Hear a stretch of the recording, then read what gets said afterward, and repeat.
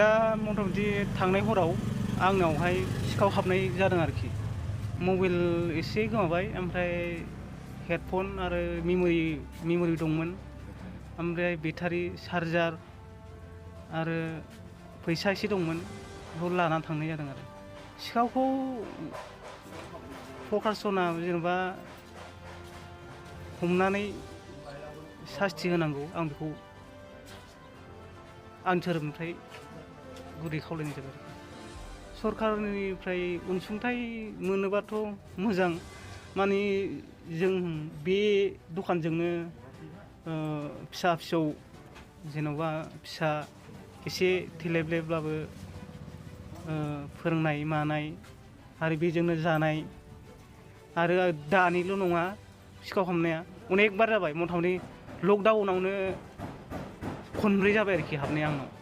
मथा-मथि दानियाव मथा-मथि 30-35 हाजारसो आरोखि, 40-30 हाजारसो खहा जाबाय आरोखि। आरो सिगाङावथ' अनेक जादों, दा बेखौ बुंनानै फोजोबनो हाया आरोखि। लकडाउनाव मथा-मथि थिं देख'नानै सिलिं जोफायनानै हाबखांबाय खननै, आरो बे दरवाजाजोंबो खननै हाबखांबाय, आरो सिगाङावथ' अनेक बार जादों आरोखि, दानिल' नङा। दा गिबियावनो PN रादाब आरो लाइभ इन्डिया आरो बड'सा निउसनिसिम रादाबनिसिम साबायखर बावनाय थाबाय। माने जोङो गासिबो सान्तिपुर एरियानिनो दखानदारजोब। एक्सुवेलि फ्रायानो माने मबाइल दखानाव टारगेट खालामो आरोखि।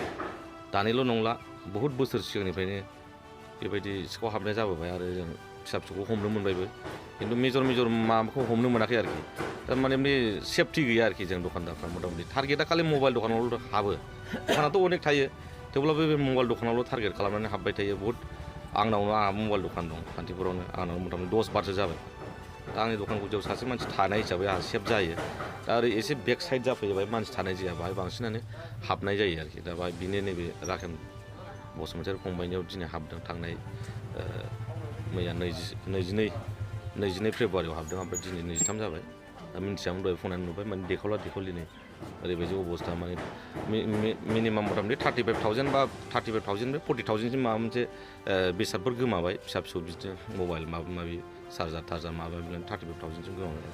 दा जोङो माने आवगायनिफ्रायनो जों डिउटिबो नेबा हाया, माने मानसिबो थानाय जाया बांसिनानो। बे हिसाबै आरो बाजार कमिटिफ्रा जेबो दायथ'बो लानो हाया। दायथ' लानो माबोरै, माने बाहाय जोङो आवगायावबो रायलायदोंमोन, माबा मोनसे मिटिं खालामलायनानै जोङो रायलायदोंमोन, सुकेदारफोर दोनसै नामा, नेनो दोनसै नामा, बेबायदिबो अनेक खोथा जानानै थांबाय।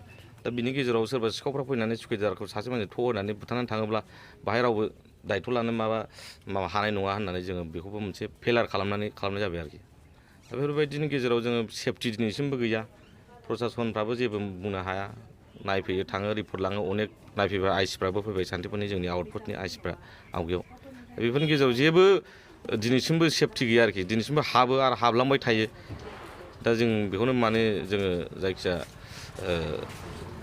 सरकारनि थ्रुयै बा माबा मोनसे कमिटिनि थ्रुयै बा जोङो आउटपस्टनि थ्रुयै जोङो माने बेखौनो लुबैयो, माने एसे जोङो सेफटि लुबैयो। माबा मोनसे बिनि बादै माबा मोनसे खिथिफुरनफोर मोनो खोमा, जोङो दखानदार हिसाबै बेखौनो जों गुरै खावलायनाय थाबाय। दा आंनि बुंनाया एसेनोसै।